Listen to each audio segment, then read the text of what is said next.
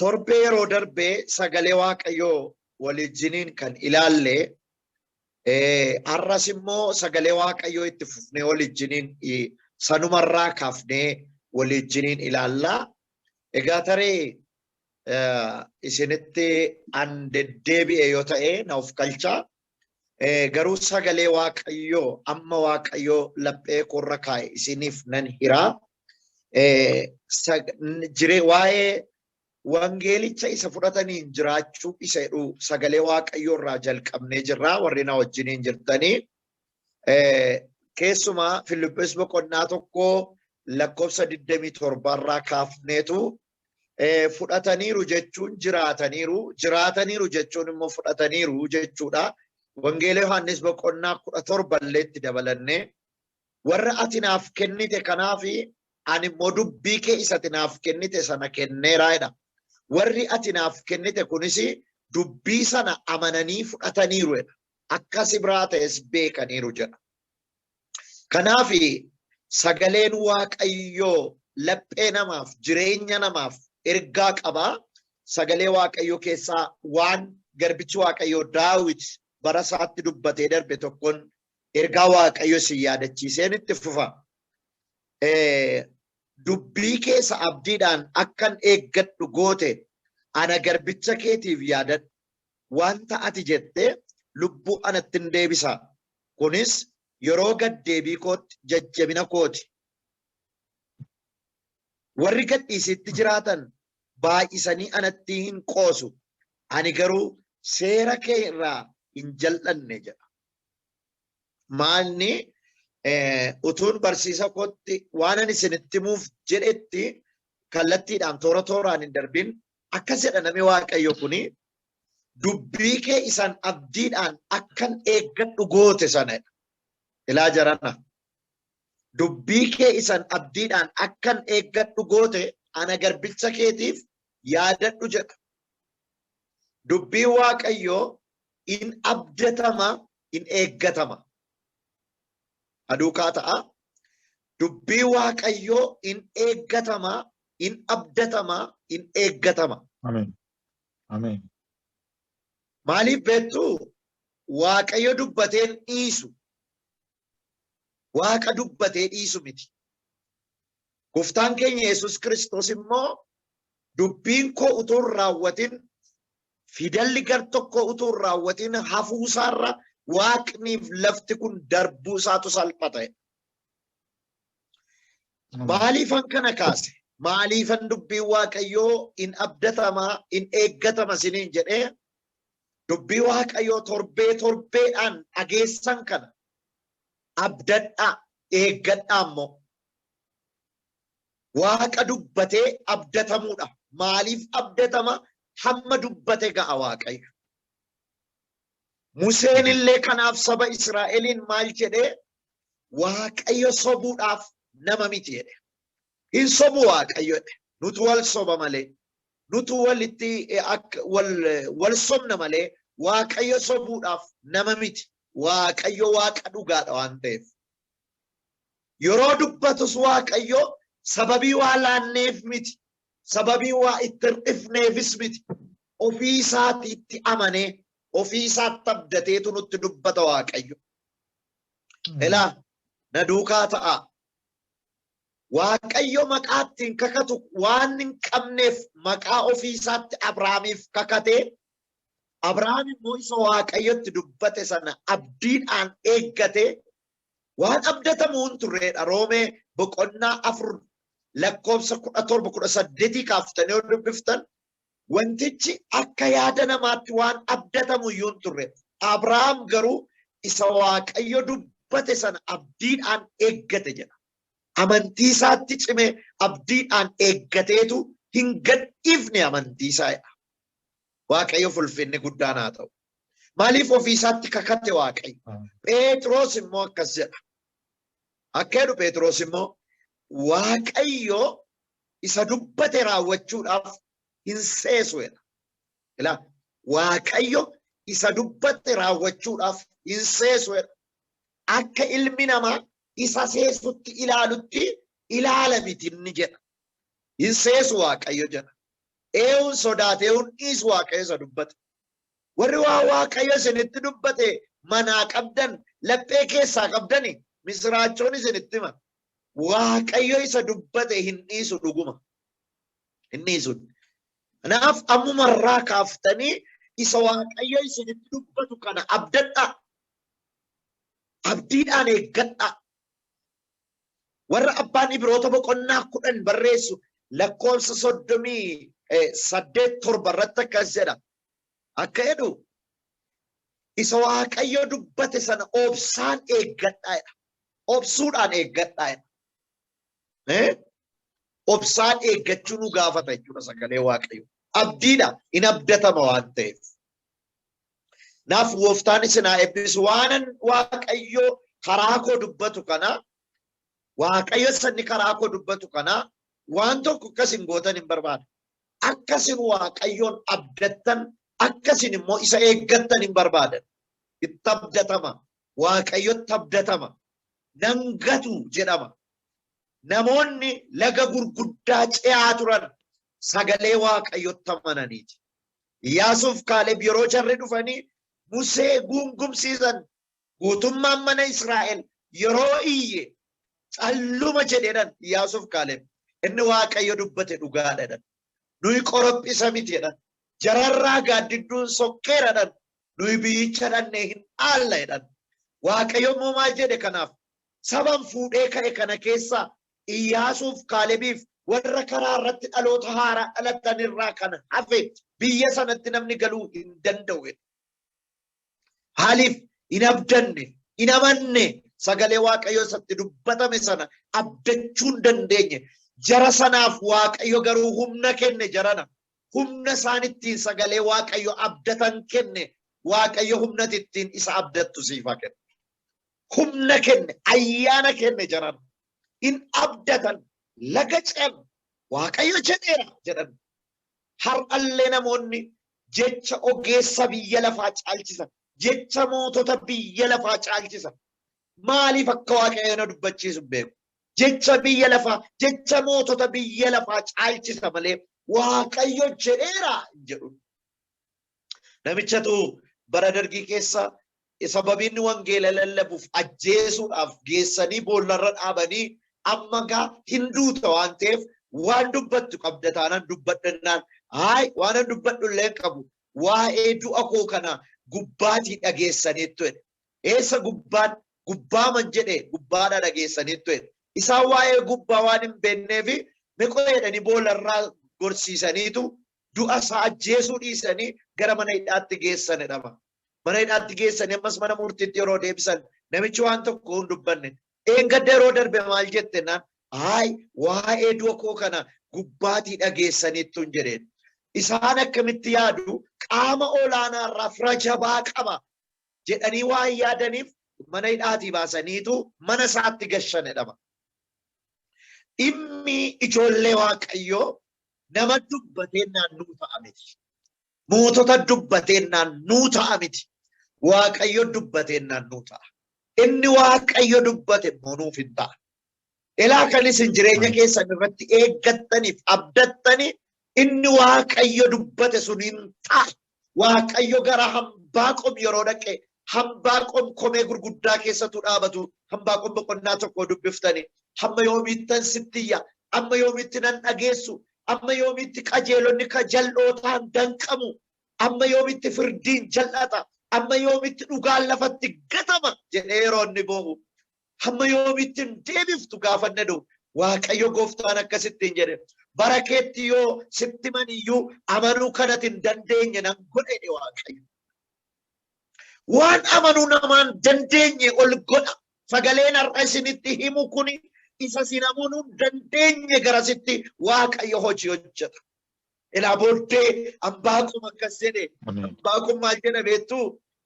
Koophiin inni narraa birra dhaabadhee kakuu waan inni isa komadheef waan inni naa deebisu nan ilaala. Biroo jedheera waaqayyo na eegi jedheera nan eega gaafa inni jedhu ammas sagaleen waaqarraa dhufe jiran.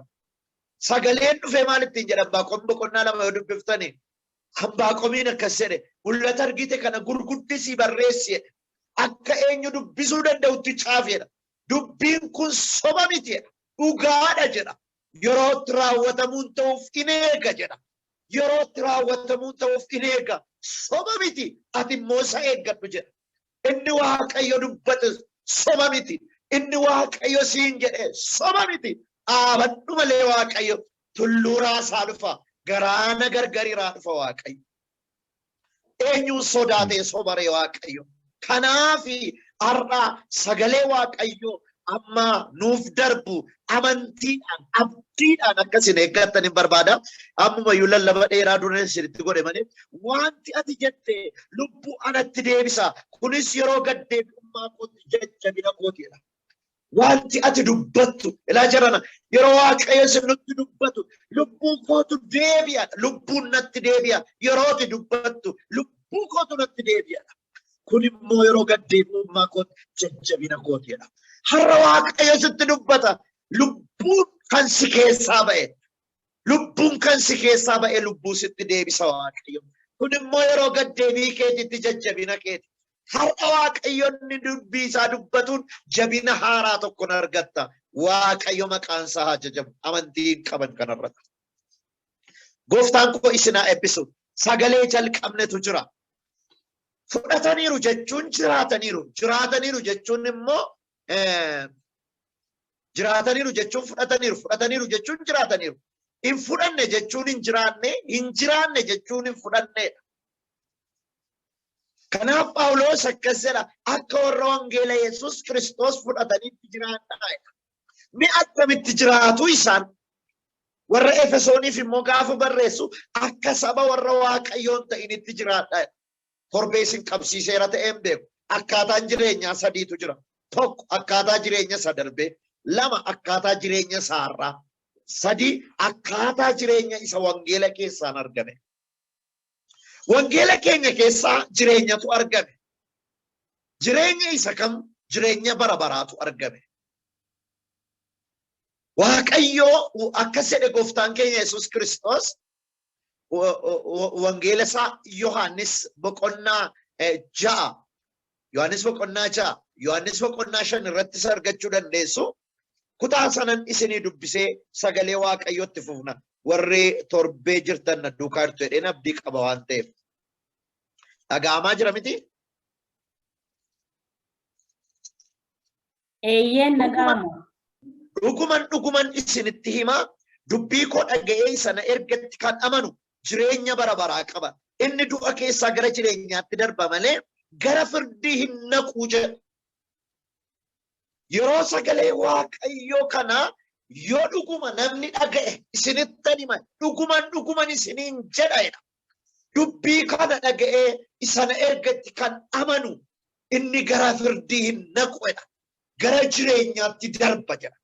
Dubbiin Waaqayyoo sagaleen Waaqayyoo gara jireenyaatti nama dabarsa. Maaliif sagalee jireenyaan guutuudha waan ta'eef. Yohaannis irraan itti isinii dabalee qabxii isinii kenneetti fufa. Akkas jedha sagalichi jalqaba waan hundumaa dura ture. Sagalichi Waaqayyo bira ture. Sagalichi ofii isaatii Waaqayyo ture. Inni kun jalqabumaa jalqabee Waaqayyo bira ture. Wanti hundinuu isumaan ta'e waan ta'e keessaa isa malee kan ta'e tokkollee hin jiru. Jireenyi isa keessa ture.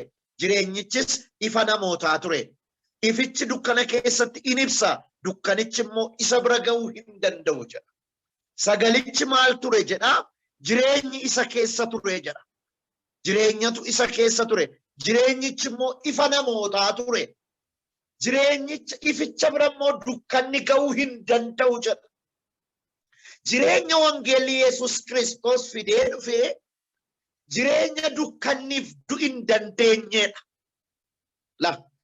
Jireenya akkamii sii fidee dhufee sagaleen Waaqayyoo maal sii fide maal sii kenne Waaqayyo jireenya sii kenne. Jireenya akkamiitiin jireenya dukkanni hin dandeenye. Jireenya bara baraanuu fide wangeelli keenya. Jireenya bara bara. Wangeela keenya ala jireenyi bara baraa yaaduuni homaayyuu hin jiru. Dhalli namaa tokko sagalee Waaqayyoo alatti jireenya isaa yaaduun gonkumaa hin jiru. Jireenya fide jarana. jireenyi nyaatanii dhuganii waan biyya lafaa kanaan maal jechuutu hin ta'ini jireenyi isa Waaqayyo jireenya jedheen jiraachuudha. Isa Waaqayyo jireenya jedheen jiraachuudha. Yoon yeroo qabaadhe bira nan ga'a. Mee sagalee Waaqayyo achumaan itti fufee isinitti hima. Akkamitti akka namni kiristiyaanni tokko namni Yesuus Kiristoosiin fudhate tokko akkamitti akka inni jiraatu Waaqayyo kan inni barbaadudha. Wanti Waaqayyo nurraa barbaadu jireenya akkamii akka inni jiraannudha. Gooftaan keenya Yesuus Kiristoos bartoota isaa yeroo waame boqonnaa 4 Maatewos keessatti boqonnaa 4 keessatti yeroo waamicha godhe boqonnaa 5 keessatti immoo lallaba gaararraa yeroo isaanitti lallabuu jalqabe isin soogidda lafaati jedhe. Isin soogidda lafaati jedhe. Soogiddi mi'aa yoo of keessaa dhabee maaliin deebi'ee mi'eeffama jedhe. Gadi baasee gatama malee jedha. Akka isin itti jiraachuu qabdan akka kamiidha? Akka soogidda lafaati jedha. Torbee kaaseera natti fakkaata yaada kana dhiifama yoon hin kaafne ta'e irraan isinii deebi'a yoon kaasise akka itti Waaqa Kiristoos ijoollee isaa warra waame bartoota isaa warra waame akka isaan itti jiraatanii isini soogiddaatti jedhe. Soogidda isin. Soogiddi immoo maalni? Warra amma illee raammoo isaarraa fixannee kaafneeru. Kaaseera inni yaadamtiin qaba. Kanaaf soogiddi maalii? Amnamasa ofii isaatii jijjiira malee ofiin jijjiiramu. Tokkoffaa inni kan biraan immoo soogiddi eksiin godhu yookaas immoo ekspaardeetii isa jedhaniin qabu soogiddi. Waggaa bara akaakayyuun keenya soogiddi jiraatu har'a soogiddummaa isaa qabatee jira. Kiristiyaannis akkasuma gara. Isin soogidda lafaati jedha. Soogiddi garuu soogiddummaa isaa of keessaa dhabee maaliin deebi'ee mi'eeffama gadi baasee gatama jedha. Maal jechuu barbaadeeti? Jireenya ijoolleen Waaqayyoo jiraachuu qaban tokko jireenya mi'aa Kiristoosiin mi'aaye Kiristoosiin kan biyya lafaa isa hadhaa'e kana keessatti mi'aaye tokko jiraatu jechuudha. Inni kan biraan immoo isin ifa biyya lafaati jedha. Isin ifa biyya lafaati. Kanaaf torbee maalin jedhee ture Waaqayyo biyya lafaa kanarratti nama isatti amane waggaa 20 faarfattee waggaa manaanaa bushitee waggaa manaa qeesii taatee waggaa manaa lallabdee faarfatte jedhatu hin ta'in jireenya isa nuyi jiraannetu madaalli Waaqayyo biratti kaasaa jedha.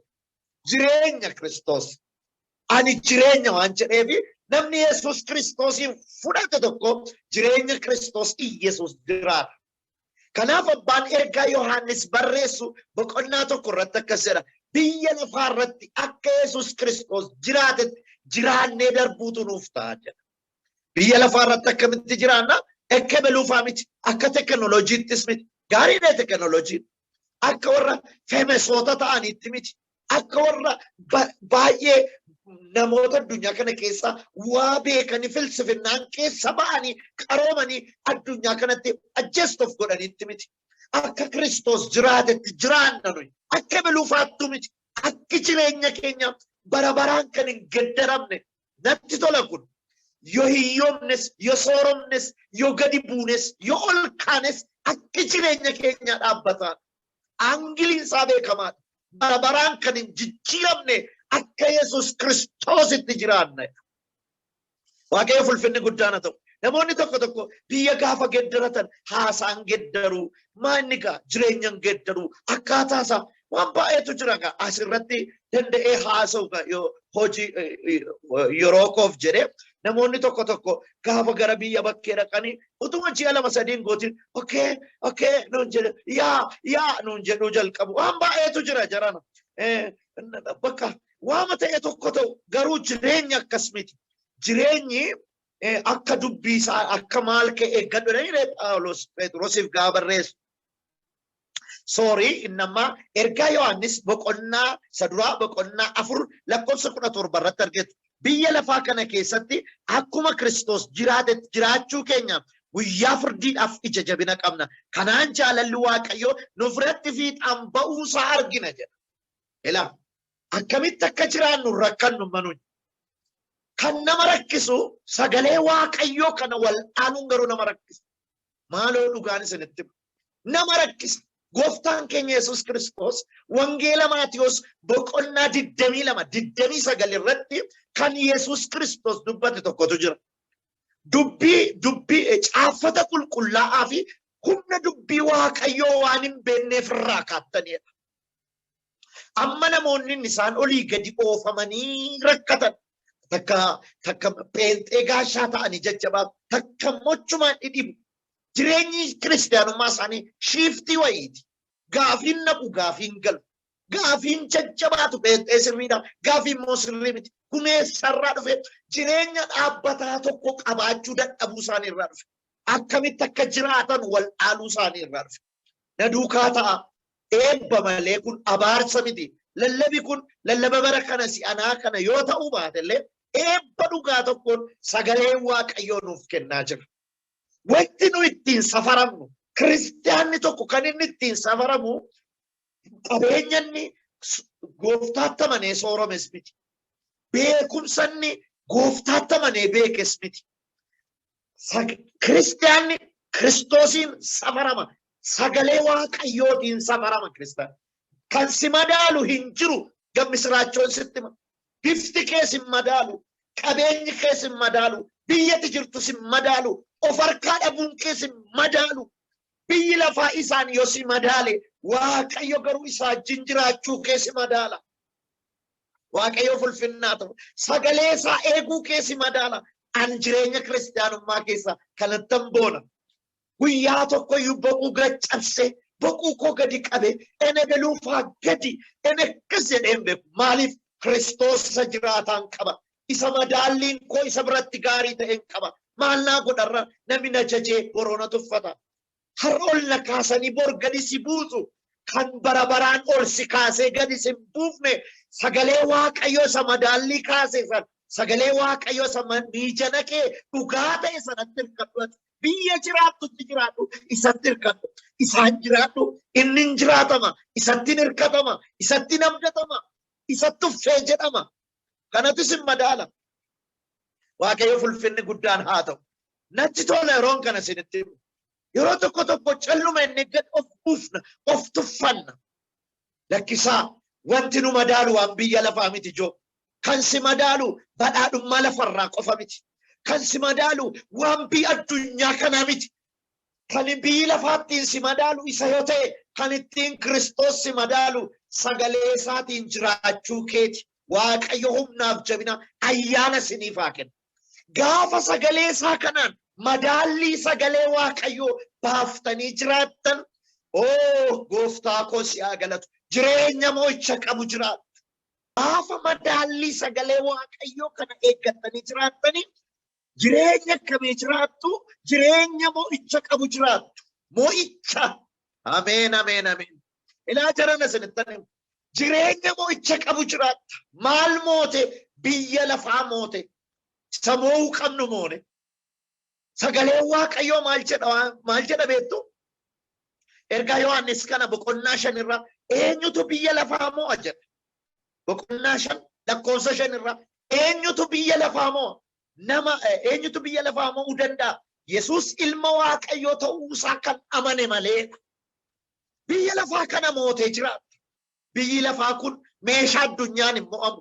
Qaroomina biyya lafaan hin mo'amu. Hin mo'amu biyyi lafaa. Beekumsa guddaadhaan hin mo'amu. Saayinsistoota baay'ee, profeesaroota baay'ee, alkeemistoota baay'ee, doktoroota baay'ee nyaatte biyyi lafaa. Biyyi lafaa tokkoof tokko kan inni ittiin mo'amu mataa ishee irra jettee kanatti ittiin jiraattu ilma Waaqayyootti amanuudhaan biyya lafaa irratti jireenya mo'ichaa jiraattu. Waaqayyoo kan inni si waamee fi jireenya mo'ichaa akkati jiraattuuf waan ta'eef. Jireenyi mo'ichaa kun immoo isa yoomiiti?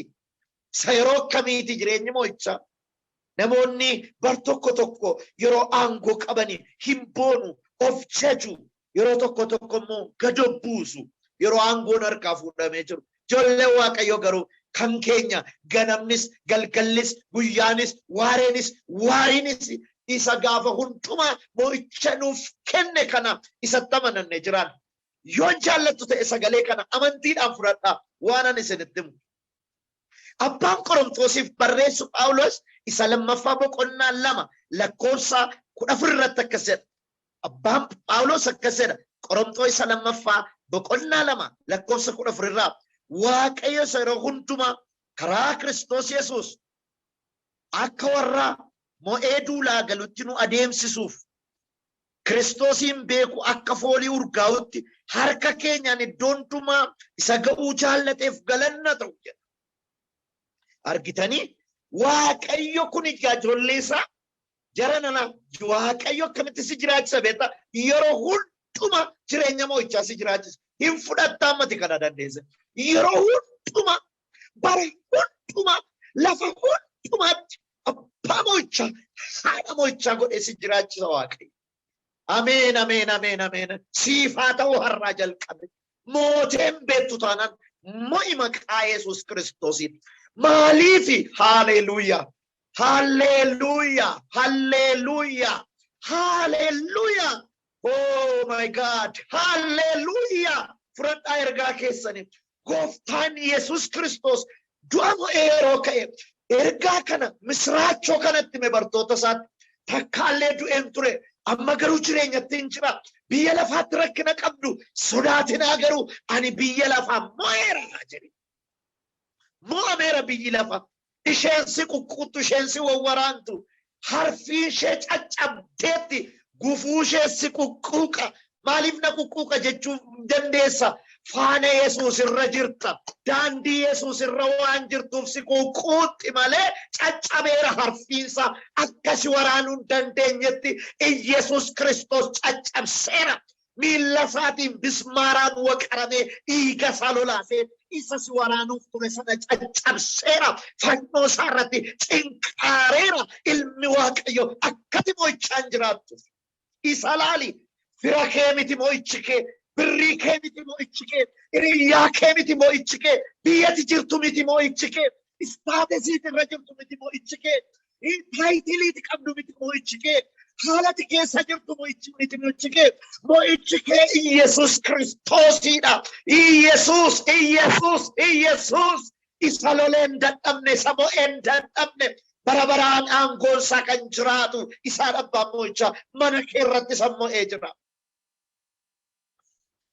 Hallelujah. Goftaan bara baraan kan galateeffame haa ta'u. Isatu si mo'osis gaafa hunduma akka warra lolee mo'ee duulaa galutti nu adeemsisa jira.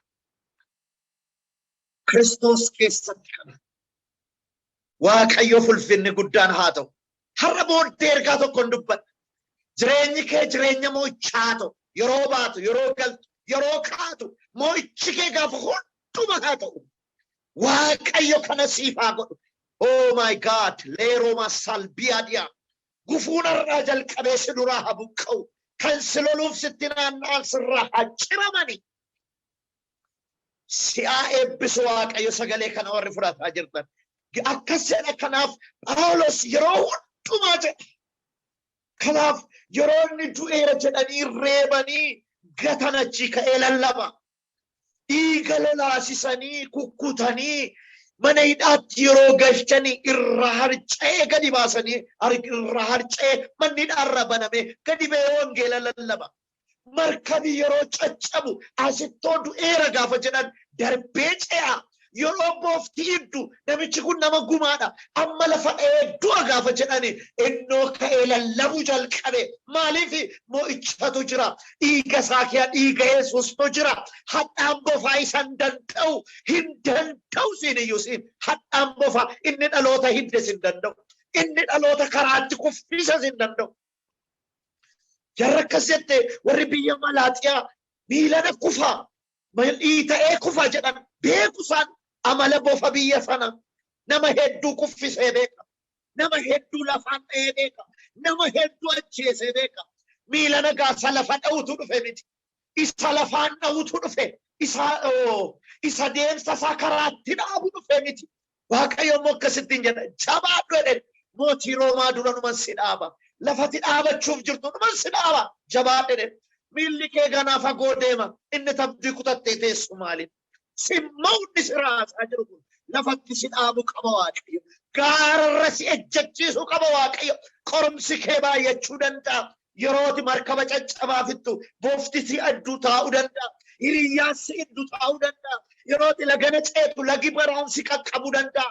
No. Sittan hima ergaa Waaqayyo rakkinni kee yoo baay'ate illee ce'umsi kee baay'eedha. Ulfinni kee baay'eedha.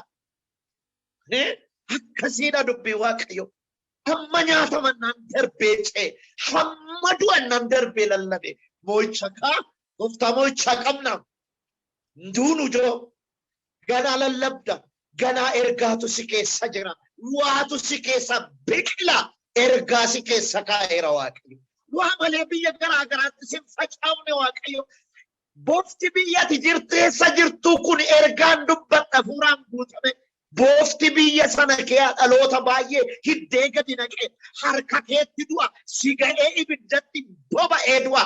Ibiddatti baattee dhatte kanaan du'a mandarati jirtu lafati jirtu biyyati jirtu haalati keessa jirtu ibidda sirka jiru kanaan dhidhimee har'aa kaasee hadhaansaa si hidduu hin danda'u. Maaliif humnan qabu ibidda sirka jira. Oh my God, ulfinni Waaqayyoof haa ta'u. Akkasi jarana akkasi hafuurri Waaqayyo ilaasinittan hima. Kanaaf abbaan kana barreessu Phaawulos kuni warra Roomaan immoo akkasidha. Lakkoofsa boqonnaa 8 lakkoofsa 37 akkasidha. Karaa isa nu jaallatee moo'icha guddaa arganne baga karaa namaan ta'e. Nurkaa fudhatu sila. Karaa isa nu jaallate karaan kan moo'ichi keessattan hima. Karaan moo'icha keessattan hima. Obboleettii ko obboleessa ko karaan moo'icha kee karaa firaa miti. Karaa obboleessaa miti. Karaa hiriyyaa miti. Karaa abbaa manaa kee miti. Karaa haadha manaa kee miti. Karaa biyyatitti kooluu galtee jirtu miti. Karaa siyaasatti deeggartuu miti. Karaa Yesuus Kiristoos moo'icha qabda. Sababi isaa isatu si jaallate. Hin eeginatti karaa nama. Namni sobdi karaatti si buusti. Karaa Yesuus Kiristoos isa nu jaallate moo'icha guddaa qabnedha. Moo'icha guddaa qabdati. Namicha si jaallate si jibbuu hin dandeenyeen moo'icha kee lakkaa'aa deema. Karaa isa nu jaallateeti. Nu jaallateef ijoolleen moo'ichaaf nu jaallate. Jireenya moo'icha qabu akka nu jiraannu barbaada Waaqayyo. Gaafa sagalee isaa fudhanne jedhu. Jireenyi moo'ichi qabu kun haalota mo'anii, qilleensa mo'anii, yeroo hundumaa mo'anii ijoollee Waaqayyoo ta'uu keenya beeksisuudhaan akka nuyi jiraannu Waaqayyoon barbaada. Har'a kiristiyaanni, har'a waldaan kiristiyaanaa kan nuyi dubbii keessa, guggutii keessa oollu, lola keessa oollu, aangoo ishee dhiifteetti, dubbachuu dhiifteetti waldaan kiristiyaanaa. Hirkaa fuudhameera. Gaafa laaltan cilaanchilatu jira. Gaaddidduutu jira malee humni sun dhibeera. Kanaaf nama ajjeesuun maaliif nama ajjeefte hin jettu. Ayi sirriidha ta'etti. Nama waa balleessuun nama yakka gurguddaa hojjetu maaliif akkas goote hin jettu. Afaan see qabattee hulluuttee geggeessitoonni amantii. Raajonni illee wangeelaawwanni illee yeroo darbe Finfinneetti lallaban ture. Ati akkasitti lallabde biyya kana jiraachuu dandeessu naan jedhan maal inni hin jedhan. Akkasitti jiraachuu dandeessutti Finfinneetti akka ittiin lallaban Finfinneetti akkamitti lallabure beekaama dhiisu jedhan. Akkamittan dhiisan akkamittan beekaa dhiisan maal naa godhu yoo baay'ee cimee nami keenya amoonaan jedha yoo baay'ee cimeeti wangeelaawwinaan jedha maal naa godha kun maal naa godha dhugaan Kiristoos na biratti ta'e kun maal naa godha. Waa unaan godhanuu danda'an. Yookaan hafe dhugaan kun nu keessatti nafu. Lubbuun leelaan naman. Ani isteejiin dhaabadhu kamittillee karaa Kiristoos Yesuus hamma du'aatti murteesse dhugaa kanan namatti hima. Maal nuu godha? Maal naa godhette? Ilma argatte gammadi jedhanaadha manaa fi niyaasiif. Maal naa godhette? Ulfinni Israa'el irraa fudhatame maal naa godha?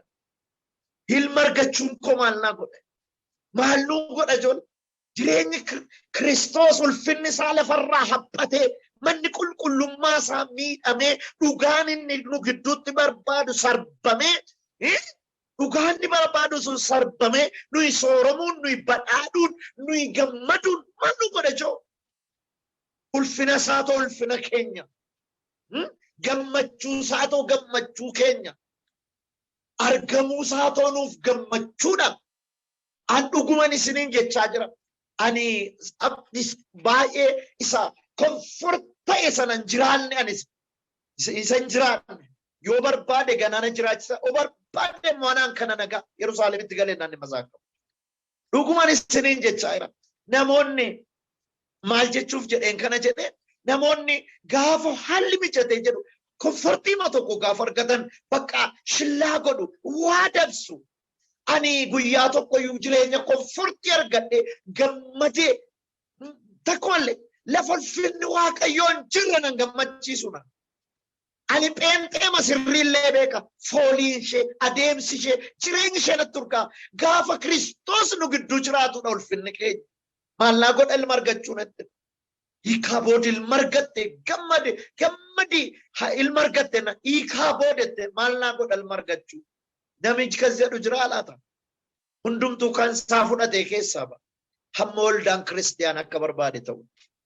Bara kana moogaa kanaaf nu kaasa. Jaallannullee jibbinullee. Yoo ilmi Waaqayyoo jedhe wantoota hojjetaa jirru qabna kana gadi baasna guyyaa tokko. Galuu lafuma lafa jirrutti dhugaa walitti dubbachuu. Namoonni hoosaa baranii nu tajaajila kana keessa.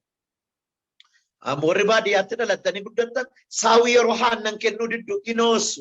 Haa xembuudaalee horaa jedhanii hoosaniitu aannan ishee jalaa fudhatu. Kanarraa kan hafe hiillaattu aannan. Amma namoonni waldaa kiristiyaanaa gaafa dhaqan waldaa keenya nufinaa jedhu sooshaal goospeelii isa jedhe waldaa keenya adaraa keessa naqeetti lallabinaa. Maaliif sooshaal goospeelii jira wangeela hawaasummaa jira ebelufaa jira isaan birrii kennu isaan maaloo godha isatu mi'a mana kanaanuu guute isatu 100,000 kenne isatu miliyoona walakkaanuu kenne maal nuu godha nuyi ke sibiilli qoshqoshee lafarra nama miliyoona tokko Kiristoosii alatti bashannansiisee caffarsiisuurra nama tokko mootummaa Waaqayyoo lapheesaa keessatti ijaarree muka jalatti guddisuu nu wayya. Dhugaa isaati kun ijoo. Dhugaan isiniin jechaa muka jala taa'ee guddachuu isaa wayya. Muka jala lafatti waaqessuun yoo dhabe muka jala kiraara isaa dibbii isaa durii rukutate.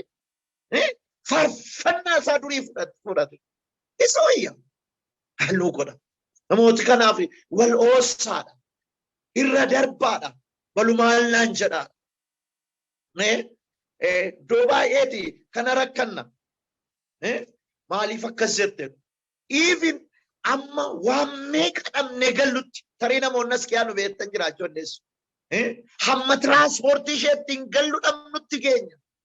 Dhugaan isiniin jechaa maaliif lafa garaa isaaniin dubbannu kan waan garaa isaaniin hojjennu kan garuu Kiristoosii gammadaa galla sammuun keenya Waaqayyoo fi hafuura Waaqayyoorraa waan nu waqqasuun qabu dhaloota gidduudha waan nu waqqasuun qabu maaliif jireenya mo'ichaa nu jiraachiseera Waaqayyo ulfina isaatu ulfina keenya waan ta'eef waldaan kiristiyaanonni biyya dhaqanitti adjasti godhan of gatanii of dhiisanii kan isaanii dhugaa keessaa ba'aniif. Lallaba akkasii hin jaallatan baay'een isaanii. Maaliif lallaba akkasii hin jaallatanii? Eree nu abaare, eree gurbicha nu geddara. Namni sana qalbiin geddaratu tokko waldaa geddaratu. Lammaffaa immoo tajaajilaa geddara. Ani beeka keessan oola waan ta'eef kaaba kibba deemaan oola maqaan isaa ulfatu. Lammaffaa tajaajilaa sana nutti hin fidinaa. Maal? Nu arrabse, nu lole. Akkasi jarana. Amma baay'een keessan ogeessa fayyaa ta'uu dandeessu. Mana qorichaatti dhukkubsataa geessitanii gaafa inni nyaata dadhabu dookteriin fuudhaa galaadha. Maaliif nyaata dadhabe jechuun immunitiin isaa gadi du'ee nyaata dhabee du'aaf bakka gaafa inni fuudhaa galaa jedhu waan ittiin kafantaniif saaxinii barbaadu. Appitaayitiin isaa cufameera already jechuudha. Namni sagalee Waaqayyoo kiristaanni sagalee Waaqayyoo itti mi'aawuu didee fuudhaa galaa. Maaliif beektu namnamma nyaate qaba. Hammoo sagalee Waaqayyoo kana nyaanneti hammoo sana jabina qaba. Hammoo sana jal'inaan illee mormuu dandeenya. Waaqayyo gooftaan eebba kanaan isinaa yaadatu. Isinaa eebbisus jireenyi keessan hafuurri keessan loltuu jajjaboo ta'a. Waaqayyo jireenya mo'ichaa isinaa jiraachisu. Jajjaboo ta'a. Waaqayyo isinaa jiraachisu. Eebba kanaan isin eebbiseera. Mo'ichaan akka nuyi jiraannu Waaqayyoon barbaada. Boottii eenyu yoo dhunganne akaayii nyaannus, keekii nyaannus, dheedhii nyaannus, suufii uffannus, ishee gabaa keessa bitannus dhugaa kana dubbanne garaan Kiristoos boqote afa kanarraa darbuudha hojiin keenya isinitti fakkaate erga kiristaanaa taatan ilma keessan yoo dandeessu taatan itti fufuudha. Yesuus Kiristoos iyyuutti argisiiseera. Namni na duukaa bu'uu barbaade fannoo koo fuudhee adeema jedhe. Maal nu godha ulfinni Waaqayyoo dhibe jechuu barbaadeen jireenya ulfina isaaf ta'u akka nuyi jiraannudha. Ulfina isaatti nu waame waan ta'eef. Waaqayyo saba sana kan inni komate Roomee boqonnaa tokko illee dhattanii yoo dubbiftan Waaqayyoon utuma beekanii lakkoofsa 21 irraa akka Waaqayyootti ulfina isaaf hin laanne. Hin laanneef ulfina dhowwatan. Waaqayyo immoo warra na ulfeessan nan ulfeessa warra na salphisan nan salphisa. Macaafa Saamu'eel isa duraa boqonnaa 2 irratti lakkoofsa 30 yoo dubbiftan immoo hin eeggatinaas namni waan facaasee hammata. Kanaaf namoonni ulfina Waaqayyoo akka nu jiraannu ameen ameen ameen ulfina isaafi የእስራኤል ሲናን ulfina argadheedha mitiire Ximotewosiif gaafa barreessu lammaffaa boqonnaa 2 lakkoofsa 20 irraa kaaftanii yoo dubbiftan immoo mana tokko keessa qodaa garaa jira. Qodaa suphee, qodaa meetii irraa hojjetame akkasuma qodaa garaa kaan qodaa ulfina kaan immoo qodaa salphinaa ta'e. Namni akkasuma Kiristoosiif adda obbaase gooftaa isaatiif qodaa ulfinaa ta'e. Waaqayyo qodaa qixxee keessa waa kaa'ate gubaa gataa kan hin jiru. Isinuun kaattan utuu dagabbaalli galtanii namoonni yuunivarsiitii galtanii beektanii kiruudarii isa maani booksii isa waa keessa kaa'atanii manatti walumatti jirtu waan ta'eef warqee gati jabeessan kaa'atan. Maaliif dagabbaalli abbaa argetu lixee bana waan ta'eef. Waaqayyo laphee namootaa kan ulfina isaatiin dhuunfachuu barbaadu. Ulfina isaan isin haa dhuunfatu Waaqayyo. Ulfina isaa bakka ta'utti akka jiraannuuf nu waameera Waaqayyo. Gara dhumaattan isin deebisaa egaa hin dhumu bara Waaqayyo tokko walitti hin deebina jedhee abdii guddaan qaba. Yoo ilmi Waaqayyo jedhee sagalee kan irraanfatedha. Inni kan biraanii akkamitti akka jiraannu barbaada. Sadaffaa irratti isinitti hime tokko jireenya mo'ichaa akka jiraan, lama jireenya ulfina isaatiif ta'u akka jiraan. Inni kun Waaqayyoon hin ulfeessaayi. Inni kun amma namoonni mee baay'ee kanallee sirratti dubbachuun dargaggoota faasii hedduu nan barsiise. Amma namoonni wayyaama uffatan illee waan hiriyyaan isaanii waan sitti bareeda jedhee uffatu. Qullaa yoo adeeman qullaama isaanii deemu. Bataa sitti bareeda jedhu. Qullaa deemu garuu kun safuu kiristaanaati. Kun ulfina Waaqayyoof ta'a kan jedhullee hin jiran. Waan namni sirraa bareeda. Qullaama sirraa bareedaa ittiin jedhu. In sobu ya markasi afuumuun si liqimsuuf jedha. Kanaaf isin namooti hedduun wayyaa uffatan illee hojii hojjetan illee waa jedhanii sammuu walii eeguudhaaf godhu malee sammuu Waaqayyoo eeguudhaaf namoonni godhan hin jiran. Macaafa qulqulluu yoo dubbiftan garuu ulfina Waaqayyoo eeguudhaaf intala isaanii illee gaaratti baasanii kan qalan jiru. Dhugaan isiniin jedhaa jira. Abrahaam illee ulfinaaf jaalala Waaqayyoo eeguudhaaf ilma isaa gara Mooriyaatti gaafa geesse Waaqayyo gidduu gale. Macaafa moototaa keessa dubbiftan immoo akkas jedhe mootiin tokko intala isaa wareege. Durba duudaa wareegeef Waaqayyoof yoommoo eegale nama mana koo keessa hangafa natti dhufe siifan qala jedhe Waaqayyo. Gaafa nachi mo'ichaan galu intalli hangafti isaa mucaan durbaasaa utaalaatti dhufte wayyoo jedheen boo'e. Intalattiin garuu gobosii dhaqqeette waa babbaa koette isa Waaqayyoof wareedde isini dhaqina gorra jette. Amma kanaatti jiran amma kanaatti warra ulfina Waaqayyoof jiraatan of dhabanii turan of argatan garuu maqaan isaa bara baraan eebbifamu. Utuu ofii keessan hin kennin garasitti of hin argitan. Amma biyya keenya keessa biyyan jiraatu namoota durdur waldaa kiristaanaa kana qabanii jiran Waaqayyo isaan eebbisu. Namoota akka Qees Alamuu Sirneessaa baay'ee maqaadhaan biyya naqamte kana keessa akkasitti nama guddisu akka itti lolu yoo namni dogoggore taa'ii gadi jedhu bara sanan jaallataman yoo ta'e bara kana utuu gamootu lafarraan qabaatin laphee namaa keessa waa kaa'atanii Oneesimoos Nasib Qees Guddinaatumsaa fa'aa yoo fudhattan isinittan himan har'a ulfina Waaqayyoof yoo jiraatte bara baraan Waaqayyo laphee dhalootaa keessa jiraachisa. wanti nuyi lafarraan irratti goonu hin kufa. Adaraa keessan ulfina isaaf jiraadhaa. Inni moorras ulfina isaaf jiraatanii Waaqayyo bara baraan ulfina kennaaf. Ulfinni kee gadi na deemu gaafa Waaqayyoof ulfina laatu. Hin salphisin Waaqayyoon biddeensaa nyaatte bishaansaa dhugde isaan laga ceete meeqa boossu meeqa xaragachaa oolte Waaqayyotu laga kana si ceesse Waaqayyotu biyya kana si kenne. Hin salphisin Waaqayyoon. Hin salphifti namooti baay'ee. Mana gaanjaaf mana shiishaa mana machitti namnite hin godhina warra godhanittis eekamaa ijoollee Waaqayyo hin ta'uudha. Namichatu reefuma hiyyeessa soorome yaasa gabatee baaduu yaasa cafaqee laaqu ennaan ishee warri dursa beektumoo yoomi gabatee baaduun yoomi cafaqee laaquun ofiiyyuu reefuu nyaatu jedhe.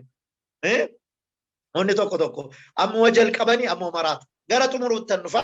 Inni sadaffaan ani isinitti himu ni tokkoffaan jireenya mo'ichaa jiraachuudha. Gaafa kiristiyaana taatan jireenya mo'ichaa karaa Kiristoos jiraatu. Karaa eenyuyyuu miti karaa Kiristoos jireenya mo'ichaa jiraatu. Sababi isaa Kiristoos ani mo'eera waan jedheef mo'ichaan si jiraachisa. Lammaffaa jireenya ulfina isaatiif ta'u jiraata. Phaawulos ulfinaa gara ulfinaatti. Ijoollee nuyi salphinaa gara salphinaatti miti. Ulfinaa gara ulfinaatti adeemu. Ulfina Waaqayyoof kennine ulfina Waaqayyoof laanne Waaqayyo immoo ulfina nuu kenna. Kun dubbii afaan isaatiiti. Warra na ulfeessan nan ulfeessa waan jedhuuf. Dhaloonni si'ana Waaqayyoon salphisu. Yeroon koo waan dhageenyeef asirratti kaasuu natti hin tolu yookiis natti hin mijatu. Inni ishee sadaffaa kana akkamatti isinitti dubbadhe innis sadaffaa akkamitti akka nuyi jiraannu Waaqayyo kan inni barbaadu jireenya qulqullummaadhaan guute jireenya Waaqayyotti tolu jiraachuudha. Roome boqonnaa 12 sagaleen Waaqayyo akkana jedha. Roomeen boqonnaa 12 ammas yaa obboloota araara Waaqayyoof jedhaati namummaa keessan qulqullummaadhaaf Waaqayyo duratti fudhatamaa akka ta'utti aarsaa jiraatu gootanii isa dhiyeessitanii isinan gorsa akkasitti hafuuraan Waaqayyoof hin sagaddu. Jireenya qulqullummaadhaan dhugaan guuteef akka nuyi jiraannudha. Jireenya maaliif qulqullummaan digniitii Waaqayyooti. Gaafa qulqullummaa jennu namoonni tokko sammuu isaaniitti appilikeeshinii maaliin dhufa? Appilikeeshinii warra ejjaniitu dhufa. No! Qulqullummaan sagalee Waaqayyoo jedhu har'a waan qabxii tokko ni sun hubachiisan. Qulqullummaan ni jedhu abbaan Ibrootaa sirriitti keessaa baasee barreessa. Ibroota boqonnaa 10:22 mee isiniin dubbisan. Qulqullummaan gosoota hedduutti qoodama waan ta'eef. Inni Waaqayyoo barbaadu, inni Waaqayyoo baay'isee jireenya keenya irraa barbaadu isa akkam akka ta'e isinittan hima. Akkasidha lakkoofsa 22 irraa. Kanaaf isadha nuyi warri yaadni garaa isaanii hamminatti qulleeffame.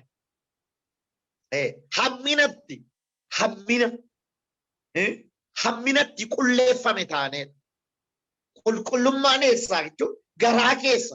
Maa inni garaa keessa? Hamminatti qullaa'u. Namni garaan isaa fayye hin fayye. Gooftaan keenya Yesuus Kiristoos Yohaannis boqonnaa 15 lakkoofsa 3 yoo dubbiftan dubbii man isinitti dubbadhee qullooftaniitu. Garaa isaanii qulqulleesse.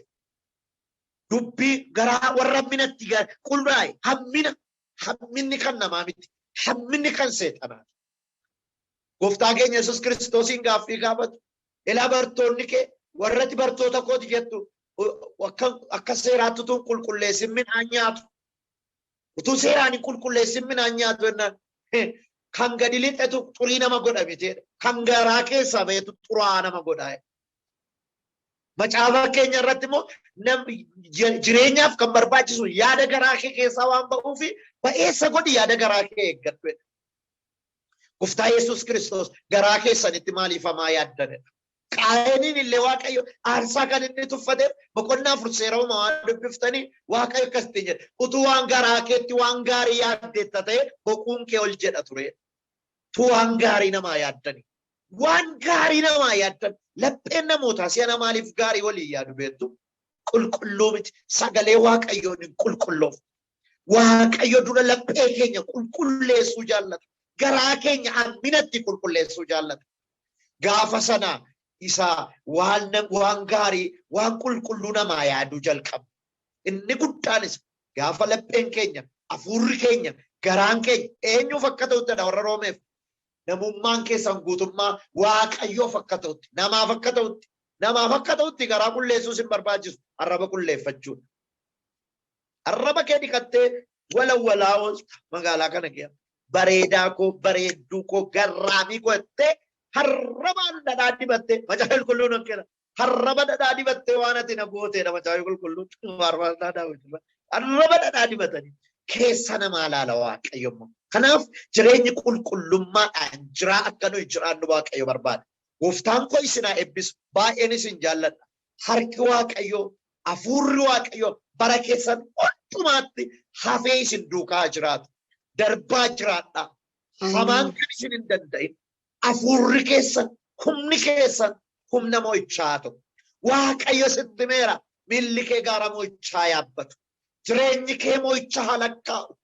Maqaa gooftaa Yesuusiin ansi marseera kan siin jedhe diinni. Si qabeera sitti marseera kan siin jedhe hin dandeenye Phaawulosiinu hidhanii hin dandeenye markabi caccabe hin dandeenye booftii hin dandeenye karaa isaa adeemee itti fufe maqaa gooftaa Yesuusiin balbala kee cufeera asiin sitti dhufeera si marseera kan siin jedhu sin danda'in miilli kee darbee adeemu hafuurri kee darbee adeemu. Isinan eebbisa waan hojjettanitti waan gootanitti waan barattu taatan yoo in hojjettu taatan waan biizinesii geggeessitu taatan maqaa Kiristoos Iyesuusiin mo'icha isinii kenneera. Gaa'ila keessaniif mo'icha, ala keessaniif mo'icha, maatii keessaniif mo'icha, waaqayyo bara keessan, jireenya keessan, hafuura keessan mo'ichaan qaqqabatu. Bara keessan hundumaa eebbifamaa dhukkubi adeemaan isin hin danda'in. Isin hin danda'in garaatti kan galu, sammuutti kan galu, dhiigatti kan galu, lafeetti kan galu, kaanseriidha jedhamee kan waamamu dhukkuba maqaa qabu, dhukkuba maqaan maqaa Kiristoos Iyesuusiin har'a jalqabee daguugee isin irraa balleesseera. Maqaa Yesuusiin balleesseera. Du'aa ka'u Yesuus Kiristoos balleesseera. Laphee kan nyaatu, gadameessa kan nyaatu, dudda kan nyaatu, agartuu kan nyaatu, gurra keessa kan nyaatu, hirriba kan dhowwatu, biddeen nyaachuu kan dadhabsiisu, hojii hojjechuu kan dadhabsiisu, hafuurri du'aa, hafuurri dhukkuba maqaa Yesuus Kiristoosiin ganama kana kan garafame haa ta'u. Alangaa Yesuus Kiristoosiin kan tumame haa ta'u. Nagaan hafuura qulqulluu isiniif cinaa ta'u torban gaarii waaqayyo isiniif kennu maqaa Yesuus Kiristoos. Ameen. Eebbifamaa.